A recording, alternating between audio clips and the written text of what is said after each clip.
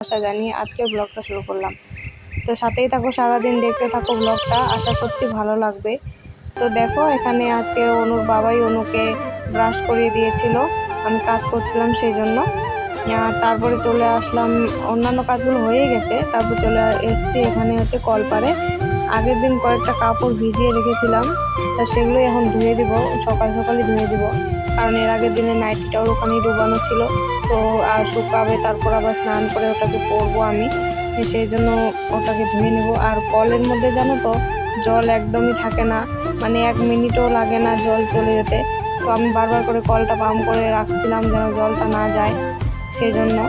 আর অনুর বাবা কিন্তু ওইদিকে গাড়ি নিয়ে যাচ্ছে, তো ও পাম্প করে দিতে চাইছিল, কিন্তু আমি বললাম যে দেরি হয়ে যাবে, তুমি চলে যাও, সেই জন্য ও চলে গেল।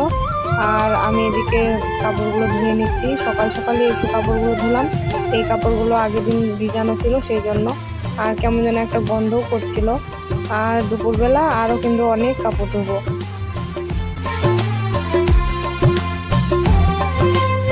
বিয়ে বাড়ির কতগুলো কাপড় ঠিকই লেগে আছে, তোমাদেরকে তো আমি দেখিয়েছিলাম। আর এদিকে সারাদিন প্রতিদিন তো জড়োই হচ্ছে, অনুর কাপড়, তারপর অনুর বাবার কাপড়, আবার তো অনুর কাপড় তো আছেই।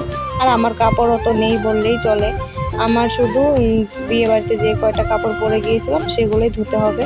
তো ওগুলো ভাবছি আজকে ধুয়ে দেবো, তো ওগুলো দুপুরবেলা ধুয়ে দেবো। এখন রান্না করার আছে, খাওয়ার আছে, আর বাসি কাজ কিছুটা বাকি ছিল। এই যে উনুনটা লেপানো বাকি ছিল, উনুনটা কালি হয়ে গেছিলো খুবই, তো সেই জন্য ভাবলাম যে একটু মাটি দিয়ে এভাবে মাটি লাগিয়ে দিই, তাহলে আর একটু কালিটা দেখা যাবে না, আর ভালো লাগবে। শুকিয়ে গেলে কি সুন্দর কড়কড়া হয়ে থাকে, তো দেখতে সুন্দর লাগে। মাটির বাড়ি হলে তো এরকমই, তাই না বলো?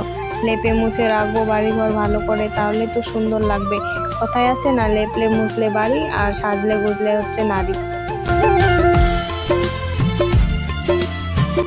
আমাদের রান্নাঘরটা দেখেছো কত দিক দিয়ে ফুটো ফাটা আছে, ওদিক দিয়ে কত অনেক বিড়াল কুকুর কিন্তু ঢুকতে পারবে, কিন্তু কুকুর ঢোকে না, বিড়াল তো ঢোকেই। আর তারপরে রান্নাঘরটা লেপে দিয়ে চলে আসলাম বাইরে। এখানে প্রতিদিনই ঝাড় দেই, তবুও যে এত পাতা পড়ে, আর এখন হাওয়া দিচ্ছে সেই জন্যই পাতাগুলো পড়ছে। তো প্রতিদিন ঝাড় দেওয়া যাচ্ছে, তবুও কিন্তু পাতা থেকেই যাচ্ছে, মনে হচ্ছে ঝাড় দেওয়া হয়নি। আজকে ঝাড় দেবো, কালকেই মনে হবে যে ঝাড়ই দেয়নি।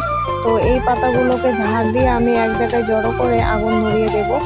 আর এই যে বাঁশঝাড় আছে, বাঁশঝাড়ের নিচে কিন্তু অনেক পাতা জড়ো হয়েছিল, তো সেগুলো আগুন ধরিয়ে দিতে ভয় পাচ্ছিলাম, কারণ যদি আগুন ধরিয়ে দিই তাহলে যদি বাঁশঝাড়েও আবার আগুন লেগে যায়, আর বাঁশ তো কাঁচা হলেও জ্বলবে, তোমরা তো জানোই। সেই জন্য এখানে অনেক পাতা জড়ো হয়েছিল, কিন্তু পুড়িয়ে দেওয়ার সাহস পাচ্ছিলাম না, অনেক দিন ধরেই জড়ো হচ্ছে। তো থাক, এভাবেই বর্ষা আসলে আবার বৃষ্টি পড়ে পচেই যাবে, তো দেবো না ধরায়, যদি কোনো কিছু হয়ে যায় তখন। আর পুকুরের মধ্যে তো এক ফোঁটা জলও নেই, আর কলের মধ্যেও জল থাকে না, তাহলে কোথা থেকে জল নিয়ে এসে আমি আগুন নেভাবো বলো তো? সেই জন্য আর ওই পাতাগুলো ধরিয়ে দিলাম না। আর দেখো বাইরে কি প্রচণ্ড রোদ, একদম রোদে মানে পুড়ে যাচ্ছে শরীর, এরকম একটা অবস্থা। সকাল সকালই এতটাই রোদ বেরিয়েছিল যে কি আর করা যাবে, এভাবেই কাজ করতে হবে, তাছাড়া কোনো উপায় নেই। তো দেখো এখানে আমি এখন পাতাগুলো ধরিয়ে দেব, আর আমি ধরিয়ে দেওয়ার পর কিন্তু এখানেই বসেছিলাম যেন কোনো আগুন টাগুন না ধরে যায়, সেই জন্য। আর দেখো অনু কেবলই ঘুম থেকে উঠলো, ঘুম থেকে উঠে কোনো কথা নেই ব্যস্ত এসে শুরু করে দিয়েছে, তো তোমরা তো দেখতেই পেলে।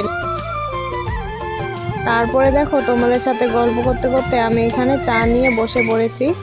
আর এখানে আমরা সকালে জল খাবারে চাই নিয়েছি, চা, বিস্কুট, কাটা নিমকি, আর হচ্ছে একটা গজা, একটাই গজা নিয়েছি, যেহেতু অনু খাবে না, আমি খাবো শুধু, সেই জন্য। আর তনু কিন্তু আজকে এখনও ঘুমাচ্ছে। আজকে কেন যে এত বেলা করে ঘুমাচ্ছে আমিও বুঝতে পারছি না। আজকে কিন্তু অনেকটাই বেলা পর্যন্ত তনু ঘুমিয়েছিল। তো চলো এগুলো খেয়ে নিয়ে আগে, খেয়ে দিয়ে তারপরে আবার ভাত বসাবো। তো চলো দেখতে থাকো।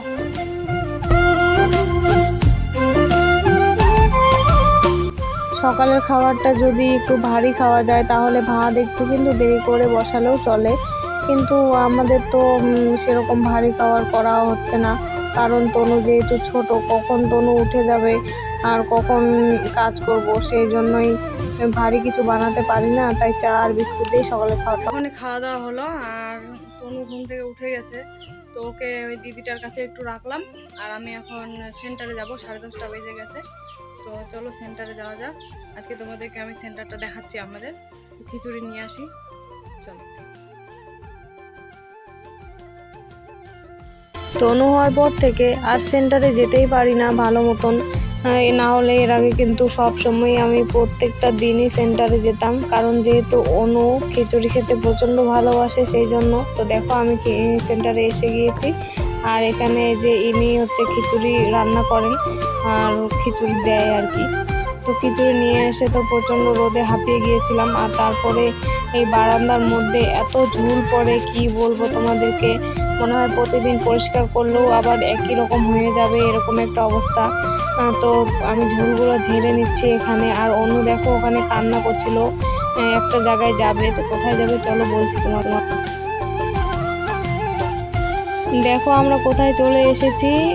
এখানে কিন্তু খই বাছাবাছির পর্ব চলছে। তো এখানেই আসার জন্য অনু খুবই কান্নাকাটি করছিল। তো তা ফাইনালি আমি ওকে নিয়ে এখানে চলে আসলাম। আর এই যে এটা দেখো আমার বৌদি আর জেঠি খই চালছে। আর হচ্ছে এটা একটা বিয়ে হবে, সেই জন্য আমাদের গ্রামের এটা নিয়ম, বিয়ের আগে খই ভাজা হয়, অনেকগুলোই খই ভাজা হয়। দেখো এখানে দুজন খই ভাজছে। ওখান থেকে কিন্তু আমরা খাওয়া দাওয়া করে তবেই বাড়িতে এসেছিলাম। আর দেখো এটা আমি সাজিয়েছি, এভাবে গুছিয়ে রেখেছি, পুরোটা সাজানো হয়নি, তবে এইটুকুই সাজানো হয়েছে। তো চলো বন্ধুরা, ভিডিওটা আর বেশি বড় করতে পারিনি, একটু শরীরটা খারাপ লাগছিল বিকালবেলা, সেই জন্য আর কোনো কিছু শেয়ার করিনি তোমাদের সাথে। তো তোমরা সবাই আমার চ্যানেলটিকে প্লিজ সাবস্ক্রাইব করে দিবে, আর ভালো লাগলে অবশ্যই একটা লাইক কমেন্ট শেয়ার করবে, আর আমার পাশেই থাকবে সব সময়। তো তোমাদের সাথে দেখা হচ্ছে আবার একটি নেক্সট ভিডিওতে।